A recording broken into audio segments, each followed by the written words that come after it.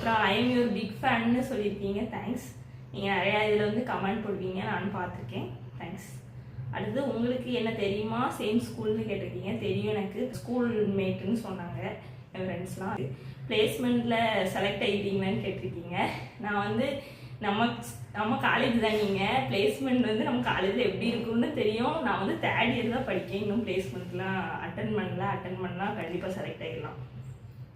அப்புறம் நான் உங்கள் பிக் ஃபேன்னு சொல்லியிருக்கீங்க, என் ஃப்ரெண்டு தான், தேங்க்ஸ். அடுத்தது 250 ஃபாலோவர்ஸ் வர போகிறாங்க. இப்போ இந்த நேரத்தில் என்ன சொல்ல விருப்பப்படுறீங்கன்னு கேட்டிருக்கீங்க.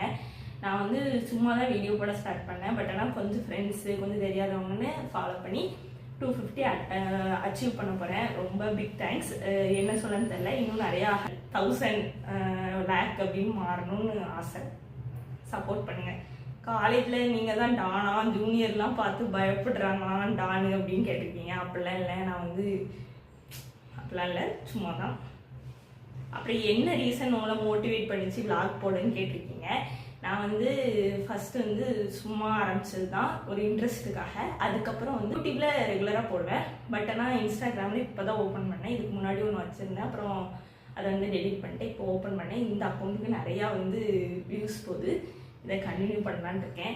சரி, வேறு ஏதாவது கொஸ்டின் இருந்தால் மறக்காமல் கமெண்ட் பண்ணுங்கள். பாய்.